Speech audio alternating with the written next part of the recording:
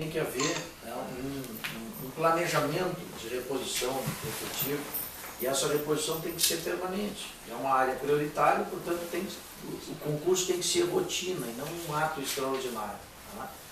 Então o nosso programa de governo prevê, né, concursos públicos anuais, tanto a Polícia Civil como a Polícia Militar, os agentes penitenciários também tem uma defasagem grande, os peritos também tem, na área da segurança pública como um todo. Tá? Nós vimos aí agora esse processo de esvaziamento do presídio central suspenso pela Justiça, porque os presos estavam indo para estabelecimentos penais que não tinham agentes penitenciários. Né? A perícia agora há pouco foi manchete nos jornais, tinham 7.000 perícias em atraso no Estado. E a gente sabe que se não tem a perícia, se não tem a prova técnica, se não tem a prova técnica, a impunidade, né, acaba prevalecendo. Então é uma primeira medida que nós temos que tomar. E agora eu estava falando na questão da estrutura, né, Cleito, que vocês que são servidores sabem muito melhor do que eu, que sentem na própria carne, né, a questão das condições de trabalho. Né? E aí vão desde os prédios em si, a estrutura material como armas, munições, etc, etc, etc. E a questão da tecnologia que hoje, cada vez mais, no mundo moderno, assume, né, uma condição essencial para o trabalho eficiente. Né? Usar os modernos recursos tecnológicos no combate ao crime, já que a gente sabe, né, que, do outro lado, as organizações criminosas estão cada vez mais sofisticadas, né, cada vez mais, né, preparadas, né, para cumprir as suas tarefas, e do lado de cá, defendendo a população e combatendo o crime, nós temos que ter armas compatíveis, né, para vencer essa luta. Né? E não é isso que a gente vê, infelizmente. Há pouco tempo, a própria Secretaria de Segurança divulgou, né, o boletim estatístico, aquele semestral, e nós vimos que, infelizmente, houve um avanço na violência e na criminalidade no Rio Grande do Sul. Primeiro semestre de 2014, comparado com o mesmo período do ano passado, no homicídio, que é um indicador internacional de violência, o aumento foi de 22%. Então isso é preocupante, né? Isso é sinal, né, que nós temos que tomar medidas urgentes e efetivas nessa área, que vão, claro, além de todo esse conjunto de providências a que eu me referi, evidentemente que nós temos também que ter ações preventivas, né, no combate à violência. E aí vem a questão da educação, vem a questão da retirada, né, das crianças, dos jovens, daqueles ambientes que a gente sabe que são ambientes que levam ele para o mundo das drogas, para o caminho do crime. E por isso o nosso plano de governo enxerga e prevê a questão da educação como uma prioridade absoluta. Porque nós, como trabalhistas, temos essa convicção de que a educação, ela colocando à disposição da população uma educação pública de qualidade, ela cria um círculo virtuoso na sociedade. Com uma educação de qualidade, as pessoas vão ter hábitos de prevenção, de cuidar da sua própria saúde, nós vamos ter que ter menos dinheiro para os hospitais para tratar das doenças. Nós vamos ter uma sociedade mais harmônica, mais fraterna, né, baseada, né, nos valores da paz, da boa convivência, do respeito às diferenças, da tolerância. E aí nós vamos ter menos violência, vamos precisar de menos aparato na segurança pública. Né? Então tudo parte, né, de um princípio que é colocar uma educação pública de qualidade a serviço da população, principalmente os chamados bolsões de pobreza. Por isso que o nosso programa de governo prevê, e isso tem uma interface direta com a questão da segurança, prevê os CIEPs, que são as escolas de turno integral, em que a criança, o jovem, vai ficar o dia inteiro na escola. Ele entra de manhã e sai de tarde. Ao contrário do que ocorre hoje, que ele fica lá meio turno e no outro turno a gente sabe com quem ele fica, com quem ele convive e o que ele aprende. Então nós temos que resgatar essa gurizada desse meio e colocá-lo ali no meio que ele vai receber uma boa formação, que ele vai ter a segunda professora, que ele vai ter um médico, dentista dentro da escola, vai ter música, vai ter artes, vai ter educação física, esporte.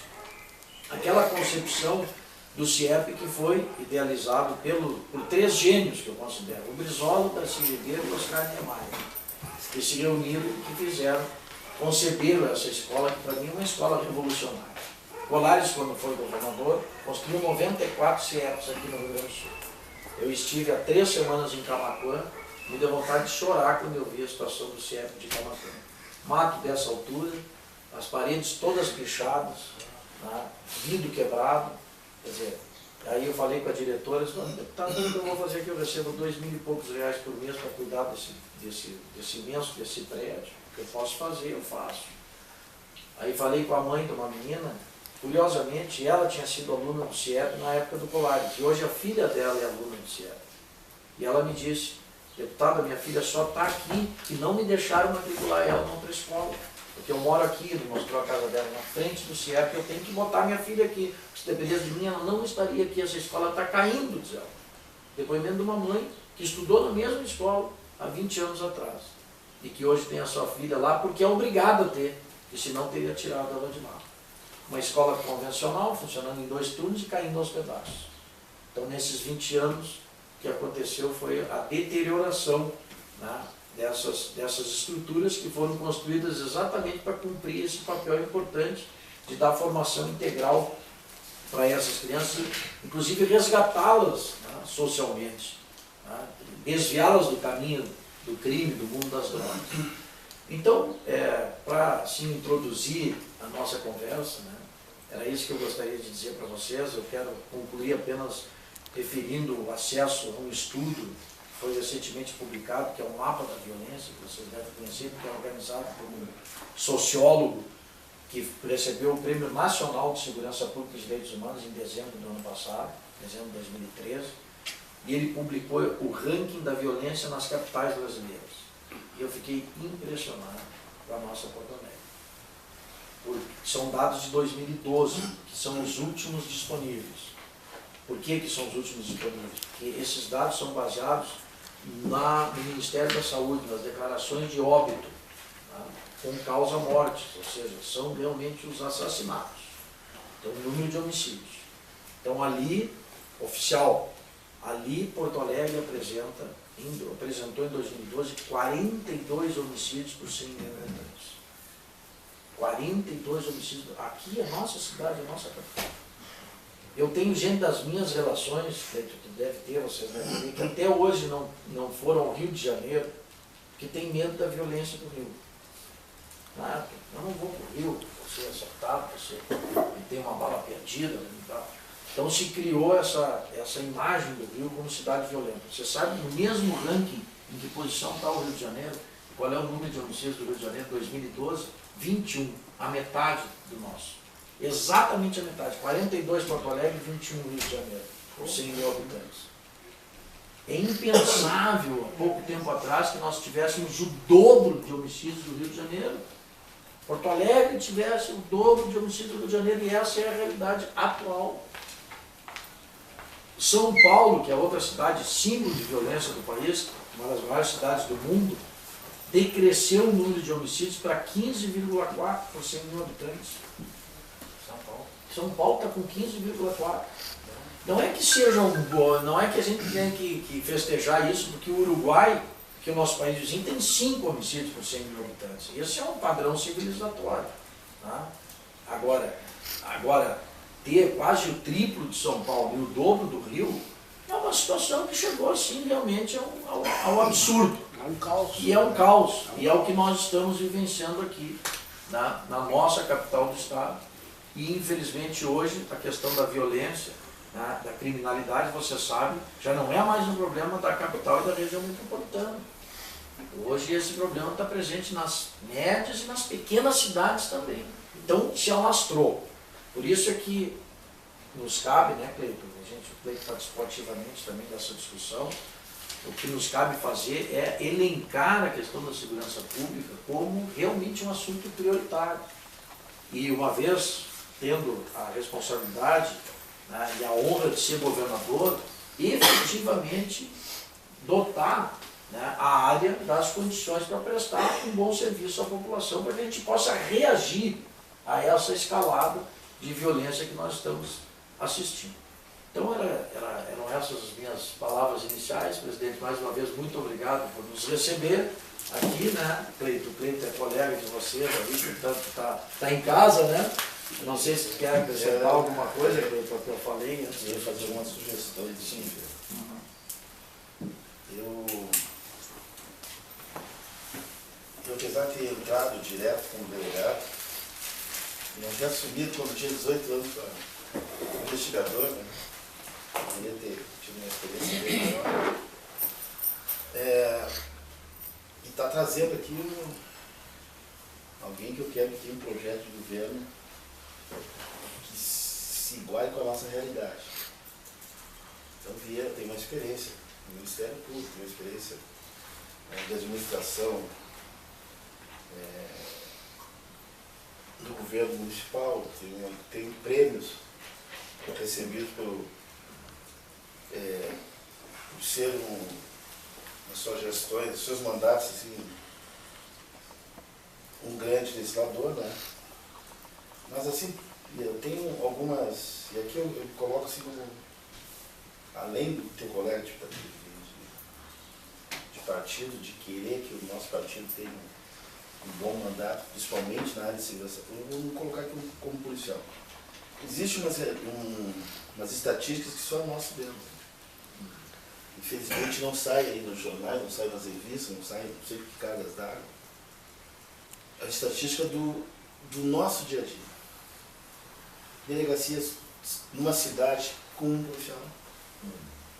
Plantão funcionando de uma forma que o policial não possa sair. Plantão funcionando tira o cara que está numa sequência de trabalho dentro da investigação, diga-se passagem, de investigações com poucos policiais. Então tira aquele policial que está atuando numa investigação e põe no plantão, até pela falta de gente. Temos aqui a Restinga, por exemplo. A Restinga tem parece 180 mil, é uma cidade. Tem um batalhão, tem 200 mil, sabe? Uma cidade. Sabe? E que tem um número pequeníssimo de policiais. Nós temos a situação de que, queira ou não queira, avançou. Os policiais avançaram em algumas propostas, sabe? De remuneração, de valorização, mas que irão se concretizar no futuro. Né? E nós já tivemos alguns problemas com governos que chegaram ali e viram, né? Não, é bom, mas não é meu. É bom, mas não é meu. Eu trabalhei na Restinga, por exemplo. Estou dando um exemplo que acho que foi a única delegacia que eu trabalhei aqui em Porto Alegre. Sou vereador em Porto Alegre, mas dos 23 anos eu trabalhei 7 meses em Porto Alegre. Sabia, não? Não sabia. Foi na Restinga. E quando eu vim do interior para a Restinga, nós tínhamos criado um sistema ali uma área, que dava uma estrutura boa. Vários delegados, vários policiais, estrutura. E que trocou o governo, saiu o governo saiu, terminou essa estrutura.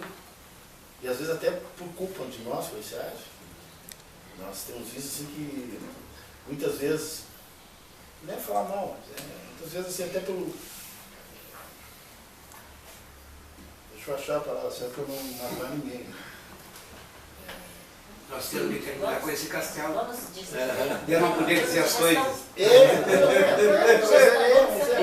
Mas assim, delegado de falta de gestão, com questões assim. O senhor está no meio de polícia. O senhor tem que ser direto. Não pode, o senhor não pode segurar a palavra. Não quero faltar com a ética. Eu estou até falando assim. Mas até por um apego, cara. Até por um apego, tu tem a situação de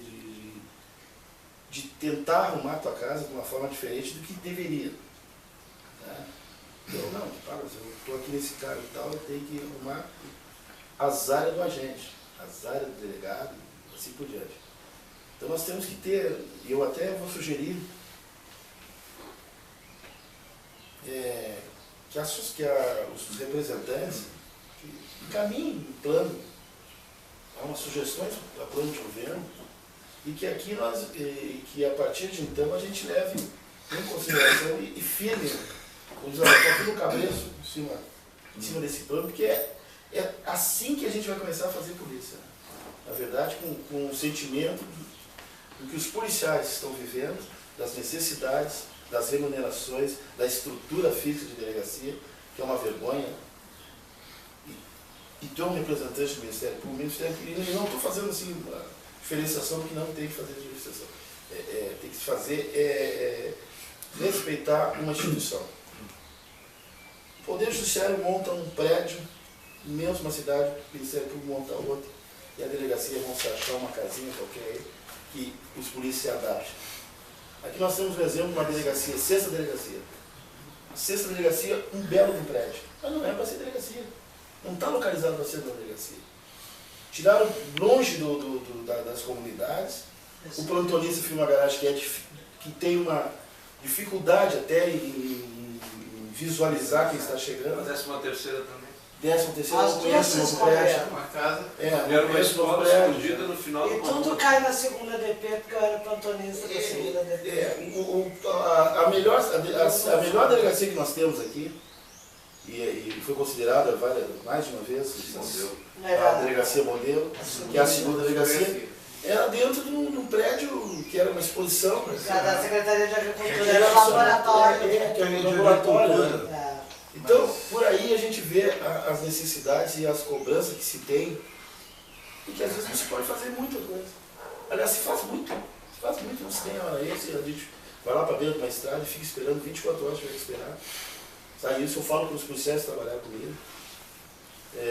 Agora mesmo nós conseguimos privilegiar uma situação que às vezes reparte um pouco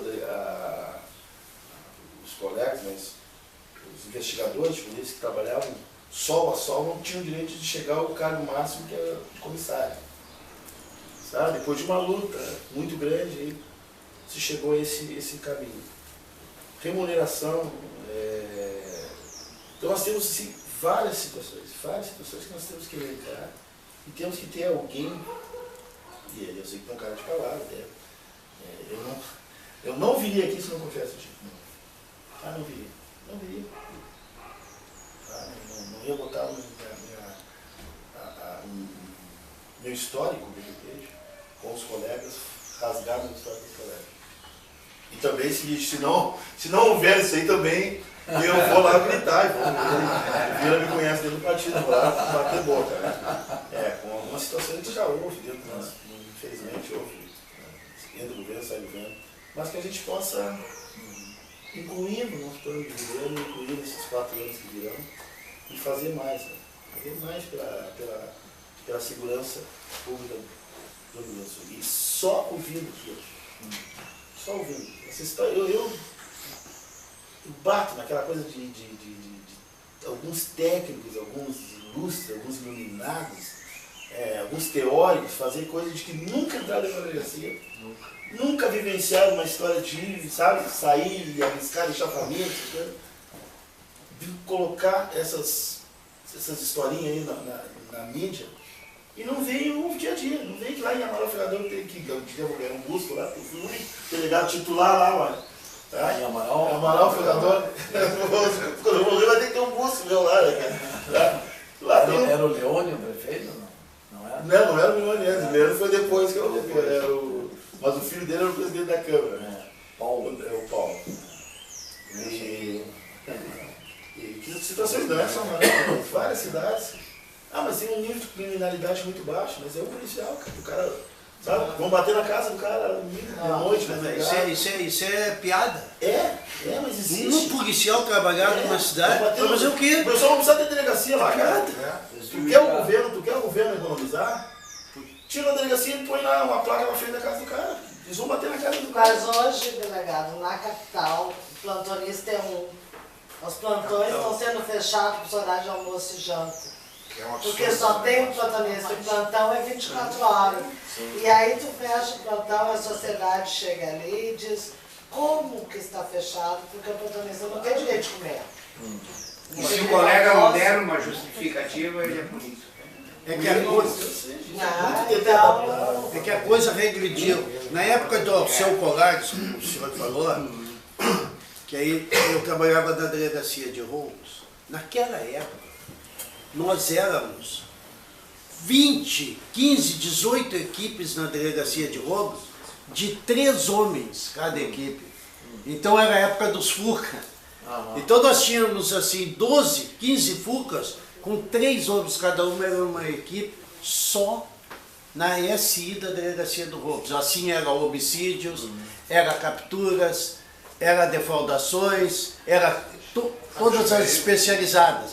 Então o serviço não era... Aí hoje a coisa fez assim. ó. Estamos falando de 20 anos. E nós estamos falando de 20 anos atrás. Vamos buscar delegacias. Hoje a coisa fez assim, ó. Hoje tem delegacia que a gente entra. Assim, Eu até queria saber depois os números de vocês exatos, porque o da brigada eu obtive. A Polícia Militar, quando o Colégio saiu do governo 94, tinha 28.500 e poucos. Hoje tem 6.000 a menos.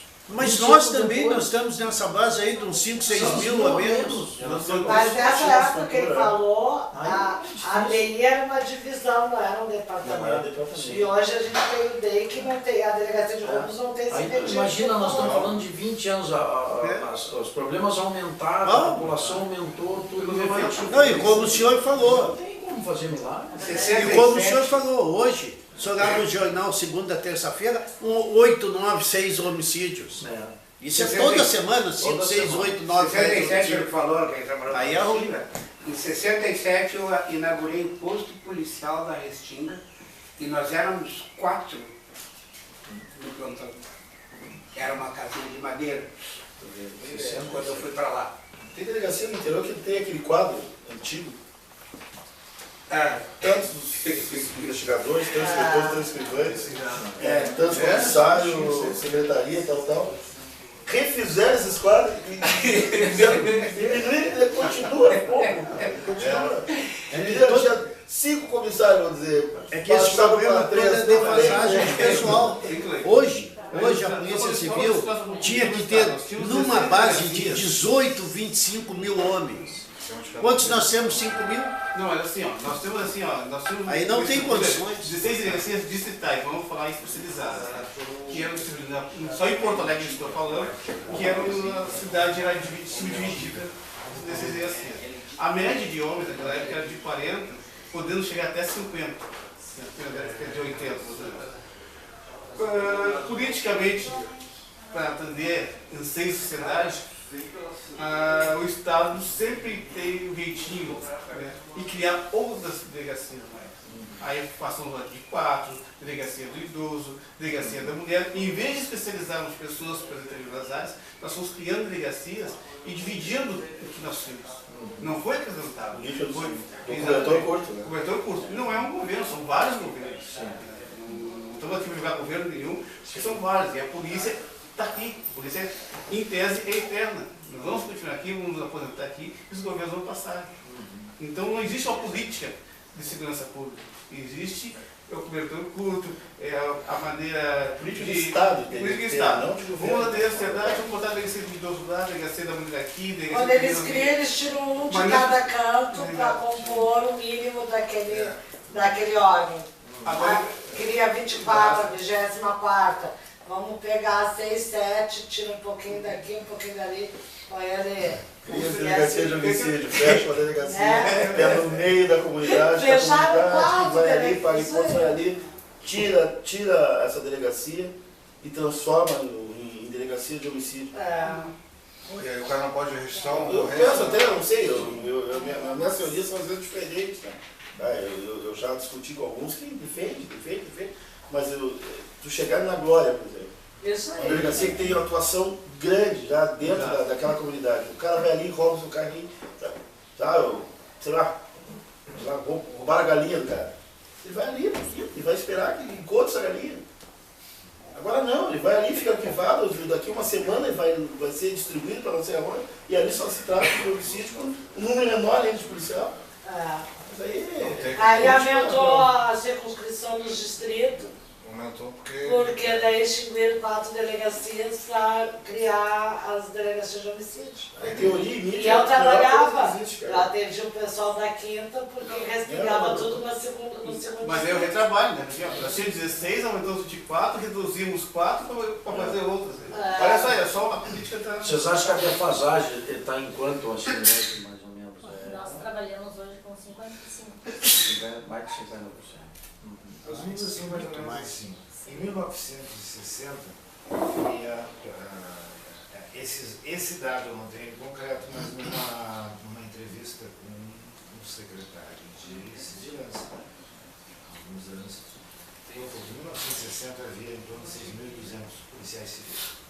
Bom, nós temos um estudo que é da academia, que foi disponibilizado de 1980 a 2007, o número de policiais civis oscilou entre 6.200 e 5.400. Uma oscilação. Ele nunca passou de 6.200. O número máximo da oscilação nunca passou do que havia em 1960. Nesse período, a população cresceu uma coisa em torno de 36%. O número de ocorrências policiais cresceu em 140%. E, naquele período, o número de policiais civis havia diminuído 10%. Hoje, existem 9.826 cargos criados, que é um número considerado razoável em termos de policiais civis para 1980, se estimava uma necessidade de 10.000 policiais. Hoje, desses 9.826 cargos criados, hoje não, em maio, havia 5.456 estavam proibidos. Isso quer dizer que em maio, porque as promoções ocorrem em maio e em novembro, então quando saem as promoções, vários colegas que atingiram o ápice da carreira se aposentam. Né? Então houve muita aposentadoria depois de maio. Mas em maio nós tínhamos um déficit de 4.370 policiais. Considerado 10.000 efetivo, digamos. Considerado 9.826. Os cargos criados. Arredondando 10.000. É o efetivo de Exatamente. cargos que existem, criados. Exatamente. Providos mais ou menos a metade. Exatamente. Um pouquinho mais da metade. Hoje, existe no último concurso 700 alunos estão em formação na academia. Quando é que foi o último concurso? Foi em 2013. Ano passado. Julho de 2013. Ano passado. Hoje há 700 alunos em formação. Sim. 700 novos. Mais 700, que se Deus quiser, vão entrar. Esse é o. Eu estou fazendo um pouco o prólogo para tentar entrar ali. Bom, em novembro, mais de 1.000 policiais estavam aptos a pedir aposentadoria. Vamos considerar, nem todos vão, né? Alguns vão filiar. Eu vou. Nós temos uma expectativa real de que ocorra em torno de 450 aposentadorias. Então, entrando esses 700, saindo os 450, nós entraríamos em 2015 com um déficit de 4.120 policiais. Na verdade, nós vamos ter de efetivo assim, novo mesmo, considerando os que saem, 200 e poucos só. Mais ou menos. Bom, o custo Reposição real, 200. o custo o custo e o tempo de um concurso Eu não digo que tem que fazer tudo. exatamente. Há necessidade de uma frequência contínua, uma frequência contínua. Tem que ter uma rotina, né? Uma rotina de reposição. Um concurso grande, com X de vagas, assim, para que dentro do período de 4 anos vai dar concurso ser aproveitado para que não fique mais gasto. Dentro desse concurso, como ficou um pouco mais atrativo, É que quanto mais, o problema é que dessa medida que eu vejo, é que quanto mais tempo tu leva para ir chamando, mais o cara já fez uma outra, já foi para uma outra função, aí teu banco de concursados fica muito defasado. Exatamente. Então, aí tu pensa que tu tem, mas na verdade tu não tem. A pessoa já migrou, já direcionou a sua vida para outro rumo. O ideal era ter concurso, eu acho que o ideal era ter concurso todos os anos, um certo número, para poder repor e ter uma rotina de reposição e de formação desses policiais. Até você está falando agora, nós temos pessoal tem mais ou menos em torno de 500, né? São 650. Mais 600 650 que que desse passaram concurso, em todas as fases. em todas as fases, dentro desse concurso de 2013. Sim. Né? E não adianta que você está falando assim, a falta de funcionários, entendeu? Não adianta só nós termos funcionários se a estrutura em si da Polícia Civil não for readequada. Que é uma estrutura muito grande, mas não adianta colocar 10 mil, a defasagem que vai continuar. Né? Então tem que ter uma reestrutura juntamente com esse acréscimo de funcionários. Aí sim, então, nós começamos a trabalhar no caminho certo e também com a estrutura física também. Sim. Que inclui viaturas, computadores, uma série de coisas. Porque informatização é uma coisa, ter computadores é outra. Bom, mas, gente, estamos chegando, logo para chegar que existe hoje um movimento desse cadastro reserva. Cerca de 650, São 650. isso, então 650, né? 650. Passaram por todas as fases, estão aptos a começar a academia. Fizeram um movimento, fez um movimento. Conseguiram moções em 250 cidades. 280, já. 280. Não, atualiza a cidade. Desculpa me intrometer, eu sou Raquel, Sim. também candidata a escrivã, no cargo de Certo. escrivã. Nós fechamos já 80% do estado com moções. Tá? Ontem até foi entregue para o governador a cópia de todas as moções. Se o senhor também quiser, nós podemos conseguir. Certo. Entre elas a moção da Câmara de Porto Alegre. Exatamente. Então, desde dezembro do ano passado, então, quando nós soubemos que nós estávamos aquém das vagas, né, do edital, nós começamos esse movimento com o apoio do Simpol desde o início, né, nos agraciando, com atividades socioeducativas, eu diria, porque a nossa visão é apolítica. Né? Então, nós queremos informar a sociedade dessa questão da falta de efetivo e como é feito o concurso público, como é demorado, como movimenta o gasto na máquina pública, enfim. Então, que nos aproveitasse logo como uma segunda turma. Certo. Em 11 de dezembro é a formatura dessa primeira turma e o nosso desejo é o presente de Natal. A primeira turma é de quantos? São 700, sendo 350 para escrivão 700. e 350 para inspetor. É meio a meio. Isso. Escrivão, inspetor. Se formam agora em dezembro. Dia 11 de dezembro. Tá. E vocês, que seria a segunda turma, são quantos? São como se fossem 350 de cada cargo também, né? Mas não também. fechou um montante de 700. Fechou um montante de 650, seria um pouco menos em cada cargo, mas Tá. em torno de 300, né? Em cada Vocês estão cargo. pleiteando o aproveitamento dos 650 remanescentes do concurso. Exatamente. Então nós montamos esse movimento que se chama Cadepol para Todos Já. Eu vim com a camisetinha e nós, né, todo mundo já nos conhece aqui fora, enfim. E, então nós organizamos, por exemplo, uma rústica e dessa rústica a gente angariou alimentos para as pessoas vítimas de enchente. Nós agora estamos junto com o Hemocentro fazendo a campanha de doação de sangue, isso em todo o estado. Então nós temos essas atividades, assim, nossa campanha é nesse sentido, fora a petição, que a gente já tem mais de 20 mil assinaturas, e essas moções que a gente procura, né, nas E o prefeituras. que o governo tem dito para vocês, por enquanto? Bom, ontem nós tivemos, né, a visita do senhor Tarso Genro aqui, e a princípio ele deixou bastante claro, ele é sempre sensibilizado, esse governo foi realmente bastante sensível com relação à segurança pública, os meus colegas, né, já sabem melhor que eu nisso, né? Eu já estou me dizendo colega, mas nem sei. Mas foi um governo que realmente foi sensível à segurança pública e ele já deixou claro que se permanecer, então, em dezembro já faz a nossa matrícula e quanto antes já começa essa segunda turma. Assumiu o compromisso de chamar vocês. Exatamente. Assumiu já claramente, explicitamente, todos os encontros Se eleito. com ele. Se eleito. Se Se não eleito, eticamente, né, ele respondeu, Sim, aí porque daí não pode ele responder pelo vai outro ter que- colega, enfim, né. Claro, vai ter que tomar. Até vou complementar isso aí, assim, ó, em termos assim, eu falei em governo, eu digo assim, também a Assembleia Legislativa, na totalidade dos seus deputados, inclusive do PDT, foram muito solícitos em todas as reivindicações. Sempre foram bem atendidos e servidos em todas as ações que estamos, os partidos do seu, né? Sim. foram íntegros com a gente 100%. Então não temos assim como dizer nada contrário. Né? E quanto ao concurso que eu lhe falei, né, sobre uma coisa, o salário da polícia hoje é tão atraente, futuramente mais atraente ainda, que um simples concurso, nós estamos no mínimo com 30 mil hoje, assim, pessoas inscritas. Sim. E o pessoal qualificado hoje. Sim. A pessoa já foi advogado, alguma coisa assim, já tem uma experiência, porque o policial que está entrando hoje não é um policial com 18 anos como na minha época. Sim. É um policial com 23, 24 anos, por isso que é um policial mais qualificado, mais talhado já. Sim. Então, assim, é um avanço em termos de qualidade da Polícia Civil.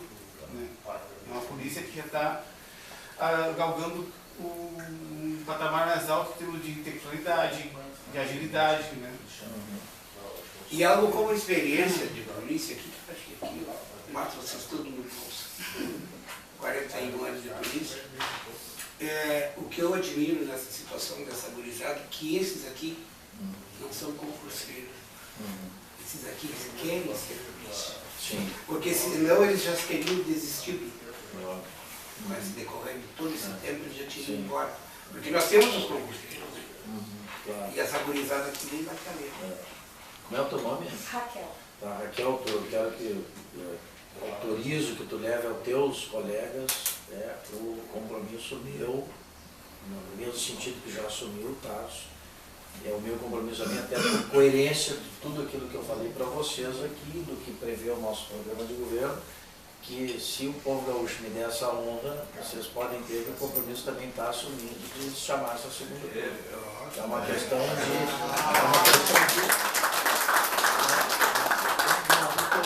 de coerência de tudo aquilo que eu disse e acabei de dizer para vocês. Né? Então, se tem uma turma apta, que foi aprovada, que passou por todas as fases, né? Eu acho até que é uma questão de zelo com os recursos públicos. Né? Não teria sentido a gente agora perder a oportunidade de aproveitar vocês e fazer amanhã um novo concurso público, passar por todas as etapas que vocês já passaram, para aproveitar uma turma que já está lá apta, né? E desejosa de assumir. E não desistiu, né? Eu tenho Então acho que esse é um compromisso que eu assumo com vocês perante o sindicato, né? E tomara que todos os candidatos assumam também, né? Para que vocês tenham essa tranquilidade de saber que serão aproveitados. Né? Mas de minha parte está assumindo o compromisso também. A lei teve passado pelas diversas fases. Eu andei conversando, questionando. Nós fizemos uma moção lá pela Câmara Municipal aqui da capital. E também fui questionar a própria polícia, né? Academia, tudo. E a academia só não dava para ser agora porque não tinha as condições de espaço. Né? Mas no momento que terminar, agora em dezembro, garantir que tem espaço para já dar início à coisa. Então é uma questão de canetaço que, sabe, até por questões assim de querer segurança pública melhor. Querer enfrentar e resolver o problema, né? Não se resolve, não. A primeira coisa que eu disse aqui, qual foi? Eu nem tinha chegado ainda, que em todos os lugares que eu fui, nós fomos, o Lazer e eu, nós ouvimos sempre a mesma coisa, a reclamação quanto ao efetivo. E não adianta também a política que foi dita aqui muito bem do cobertor curto, né? Não adianta.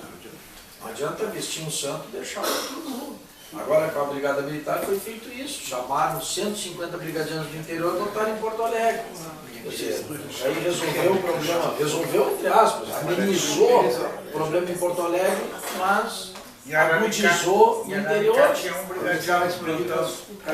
Exatamente, é isso aí. Aquilo que eu disse, é como se a questão da segurança hoje, né, que fosse só aqui de Porto Alegre, na região metropolitana, está em todo o estado, está nos pequenos municípios, está nos médios municípios. Não adianta concentrar aqui a força policial, né? Até porque a nossa responsabilidade é com o conjunto da população, não é só com Porto Alegre e região metropolitana, é com o estado inteiro. E a estrutura dos prédios é muito importante, porque, como eu disse, eu trabalhei na segunda DP.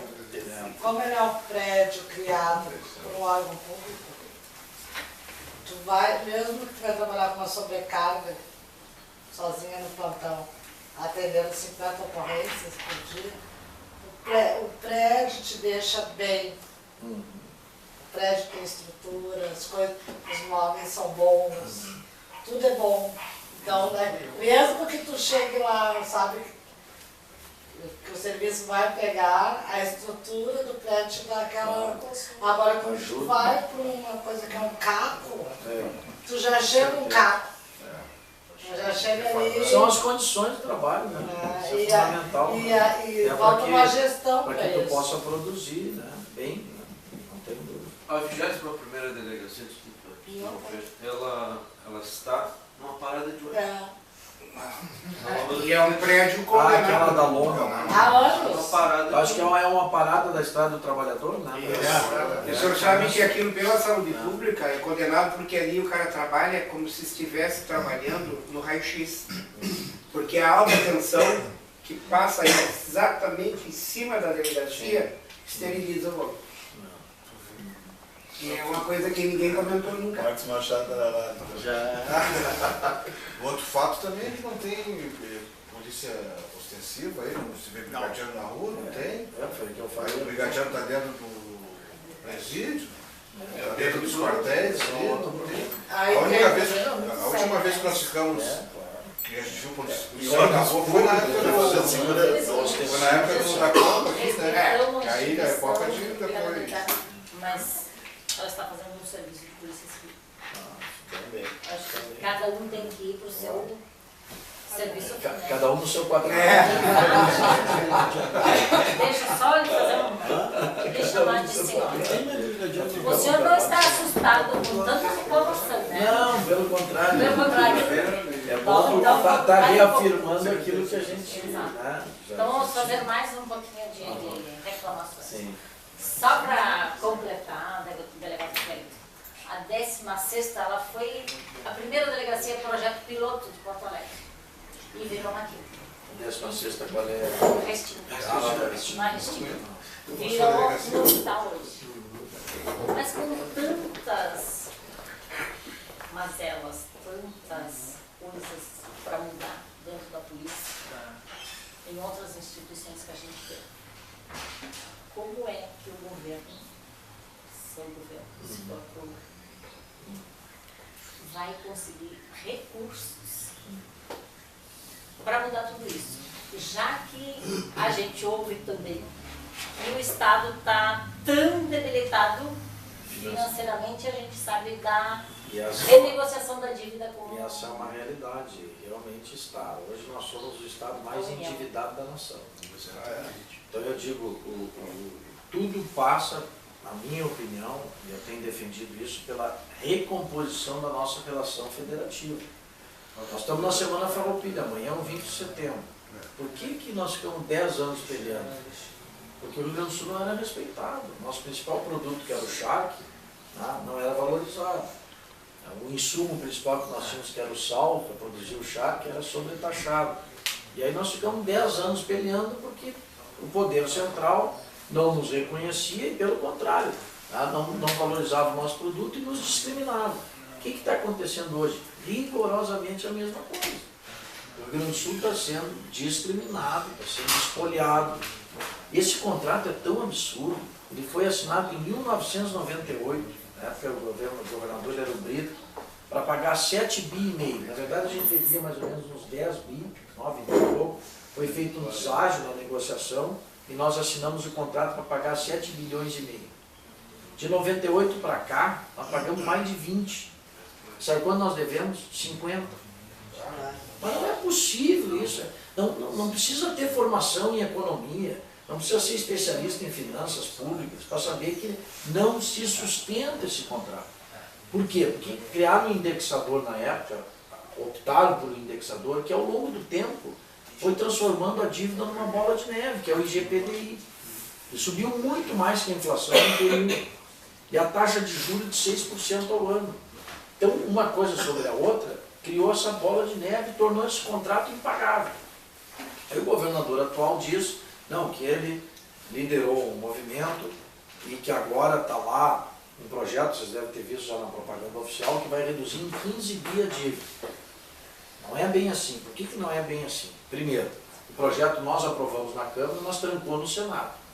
Então, de ganho real, não temos rigorosamente nada. Você sabe que nós temos um sistema bicameral, está aí a PEC 300. Não adianta votar num e não votar no outro. Tá? Eu tenho que para alguma coisa ser aprovada, tem que aprovar na Câmara e no Senado. E sendo PEC, ainda tem que ter 2 turnos de votação. Não é o caso do contrato, que é um projeto de lei. Mas mesmo assim, nós aprovamos na Câmara, demos celeridade ao assunto, urgência, relevância, como ele tem. Chegou no Senado, trancou. Trancou por quê? Porque o ministro da Fazenda não deixa votar. Então vocês vejam que loucura isso. A presidente manda um projeto e o ministro da Fazenda dela tranca a votação. E foi o que aconteceu. Isso é um absurdo. E está lá trancado. E agora o Tarso disse que a Dilma assumiu o compromisso de votar em novembro. Olha, cá para nós. Estamos em casa aqui. Né? Claro. Vamos falar a verdade. Se com toda a pressão do ano eleitoral não vota, vocês acham que vai votar em novembro? E por que novembro? Casualmente, porque é depois da eleição. Quer dizer, depois do segundo turno, inclusive, não é nem em outubro depois da eleição, não, é em novembro depois do primeiro e do segundo turno. Então, eu sou cético, claro que eu vou trabalhar para votar, porque embora não resolva, ameniza, porque o estoque da dívida baixa, esses 15 bi realmente baixa, porque troca o indexador de GPDI para IPCA e reduz a taxa de juros para 4% ao ano, de 6 para 4. Então, esses 15 bi a menos que o Tarso está falando, é verdade, mas se nós aprovarmos o projeto. E outra coisa, não resolve o fundamental. Qual é o fundamental? A disponibilidade de recursos que tu fala. Por quê? Porque hoje esse contrato, e isso não muda nesse projeto que está lá, tem uma cláusula que diz que o Estado passa para a União todos os meses 13% da sua receita líquida. E isso continua igual, não foi mudado na negociação que o Tarso fez. Então, independentemente dessa redução do estoque, claro que é positivo, nós vamos pagar 15 bi a menos, mas isso nós vamos sentir ao longo do tempo, em 20, 30 anos. Agora, o fundamental, que é essa sangria que nós estamos tendo nos nossos recursos, que são esses 13%, continua rigorosamente a mesma coisa. Então nós vamos continuar não tendo fôlego financeiro, se continuar os 13%, para pagar a dívida. Por isso que quando o Eduardo Campos era vivo, teve aqui, e a Marina reafirmou agora há pouco o compromisso, de reduzir de 13% para 7% esse percentual. Isso nós temos que pressionar a Dilma, se a Dilma se reeleger, para fazer o mesmo. Seja o Aécio, seja quem for. Não pode continuar sufocando o Rio Grande do Sul dessa maneira. Não sobra dinheiro para nada. Nós não conseguimos arrumar estrada, não conseguimos arrumar as delegacias, não conseguimos ajeitar a saúde, a educação, nada. Porque vocês vão me dizer, não, mas o Tarso tem feito investimento. Tem feito, sabe como? Pegando dinheiro dos depósitos judiciais, que não é do Estado, que é das partes que estão litigando em juízo, vai ter que ser devolvido com júri com correção monetária. Pegando dinheiro do Caixa Único, que também não é do Estado, é das autarquias, das fundações, e ele vai lá e pega. E tomando empréstimo em cima de empréstimo. O Rio Grande do Sul agora tomou um outro empréstimo. E é empréstimo em cima de empréstimo. Bom, na nossa casa a gente sabe, se a gente entra na roda viva de empréstimo, o que acontece? O Estado não é diferente. Se é dinheiro em empréstimo, dinheiro emprestado tem que ser devolvido. Então, como é que nós vamos ter dinheiro? Eu não tenho dúvida. Nós temos que enfrentar essa relação comum. Tá? Inspirados até nos nossos heróis farroupistas, né? Que os caras daí estão esperando. Não estou dizendo que a gente tem que pegar em arma, mas a gente tem que fazer a pressão política. Fazer uma revolução. Tem que fazer valer os nossos direitos. Não, tem que fazer. Não dá para continuar submisso dessa maneira. Você sabe quanto é que nós mandamos de impostos federais para Brasília em 2013? Nós, gaúchos. Quantos gaúchos pagaram de impostos federais? 54 bilhões de reais. Que nós todos mandamos para Brasília. Seja no imposto de renda, seja em impostos federais em geral. Mandamos 54. Sabe quanto retornou de lá? 12 bi. Para o Nordeste vai mais isso. Muito mais. Maranhão, sabe quanto retornou? 280% do que eles mandaram. Do que eles pagaram. O Maranhão recebeu deles 280% a mais de dinheiro do que mandou para Brasília. Nós recebemos cerca de 20% do que a gente mandou, um pouquinho mais de 20%. 80% do nosso dinheiro eles mandaram para os outros estados, norte, nordeste principalmente. Aí não dá, não tem condições de um estado sobreviver dessa maneira. É muita expoliação, é sangria dos nossos recursos. Então eu estou convencido, respondendo assim muito objetivamente, se nós não enfrentarmos isso, o Rio Grande do Sul vai a passos largos para a inviabilidade total. Porque o próprio secretário, vocês viram a entrevista do Diego Tonolier, agora, mês passado foi capa da 0 Hora. O próximo governador terá que fazer escolhas. Ele mesmo disse, o próprio secretário, que as fontes estão secando. Os depósitos judiciais já estão no limite, porque a lei diz que não pode tirar mais de 85% dos depósitos, já bateu no limite.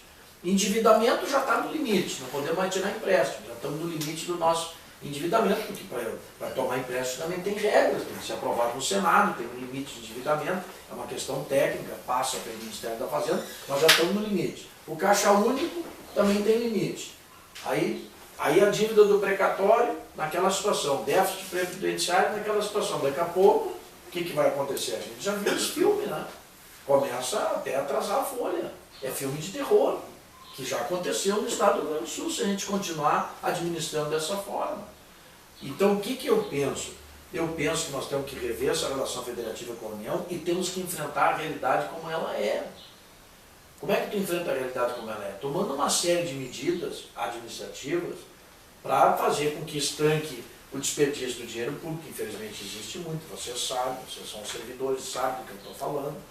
Agora tivemos aí essa questão das obras nas escolas, que é um escândalo, um absurdo. Nós temos que ter um modelo de licitações, nós temos que parar de fazer licitação por menor preço, pessoal. Não é possível isso, nós estamos jogando dinheiro fora, dinheiro que é pouco, que a gente não tem, nós estamos jogando fora. Tu faz uma obra mal feita, tu tem que fazer 2 vezes. Parar de contratar picareta. Porque a gente vai pelo menor preço, aí tu contrata uma empresa que vai lá e não presta o serviço. O barato sai caro. A gente sabe, na nossa casa tu vai fazer uma obra, tu vai fazer pelo menor preço. Se tu fizer pelo menor preço, tu está fazendo. E o Estado é a mesma coisa. E a gente tem essa mania de pegar o mais barato, e o barato sai caro. Então isso é desperdício do dinheiro público. Uma série de medidas administrativas que a gente tem que tomar para poder fazer também a nossa parte. Os CCs, eu sei que o CC não vai resolver, como o Tássio diz, não, mas o CC não resolve, é pouco, mas é um exemplo. O meu plano de governo prevê um corte de 20% do CC. Essa repercussão é mínima. Eu sei que é mínima, mas é um exemplo. Mas é um começo. É um exemplo. O governador tem que dar o exemplo. Tem que cortar ali na própria carne para que todo mundo saiba que a gente tem que colaborar, todo mundo tem que fazer a sua parte para a gente poder reequilibrar financeiramente o Estado.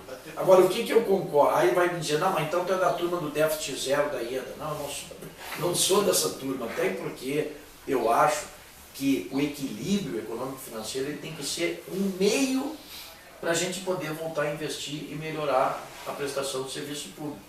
E o grande erro da IEDA, na minha opinião, foi ela encarar o déficit zero, o equilíbrio, como um fim em si mesmo. Não foi um instrumento para levar a melhoria do serviço. Foi um fim em si mesmo. E aí deu o que deu. Claro que os serviços se deterioraram, as condições ficaram mais precárias ainda, e porque não, só tem sentido tu economizar e não gastar se aquilo for um instrumento para tu melhorar a prestação de serviço para a população. Tu não pode paralisar o Estado, como aconteceu no governo dela. Da questão que você está falando. Hein? Da questão que você está falando. Por exemplo, assim, todo governo que entra, normalmente nas campanhas, o funcionalismo público é o culpado do déficit. Sempre assim, os discursos mesmos. Só tem um problema, que se a gente parar para pensar coisas pequenas que ninguém dá bola, um lápis, uma caneta, um telefone. Você chega numa magazine no setor público, tem um telefone, uma sala ampla, tem 10 telefones para cada funcionário. O cara tem um lápis hoje, o lápis é amanhã. A gente não conta isso aí, mas começa a somar no papel. Começa a somar. O Estado é grande, mas. É isso aí. E um insumo é uma coisa, uma fortuna fantástica. É isso mesmo. E isso não tem. Concordo plenamente. Xerox, por exemplo, uma vez quando eu fui trabalhar no setor do governo, eles tinham uma máquina, 2 máquinas Xerox, todo mundo lá tinha uma Xerox, não tinha problema nada. Aí eu fui requisitado para ver uma situação para ver o controle. De 150 mil cópias mês, nós conseguimos reduzir para 12 mil cópias mês. Porque são pequenos exemplos que somados, pequenas ações que somadas têm um resultado concreto. Nós já havia uma despesa mais ou menos de 37 mil reais mês. E nós, nesses pequenas coisas assim, baixamos para 12 mil reais. Olha a diferença. Não era demitir gente, era qualificar o pessoal e qualificar os serviços. É isso mesmo. Até porque, né, pessoal, vamos ser claros, onde é que estão os nossos funcionários? Estão em 3 áreas. Funcionários públicos do Rio Grande do Sul, tá? A grande massa está em 3 áreas que são essenciais: a educação, segurança e saúde. Vamos cortar o quê? O que nós vamos diminuir? Não tem como. Se nós recém falamos da enorme defasagem efetiva, nós temos é que ter mais concurso e botar mais pessoas para dentro para poder prestar o serviço à população, que a população tem direito de receber. E o problema não está aí. Né? O problema é de outra ordem. O problema é esse sangramento que nós estamos os nossos recursos estão sendo drenados para lá. Isso é um absurdo. E olha, se nós formos à origem, aí nós vamos revoltar mais ainda.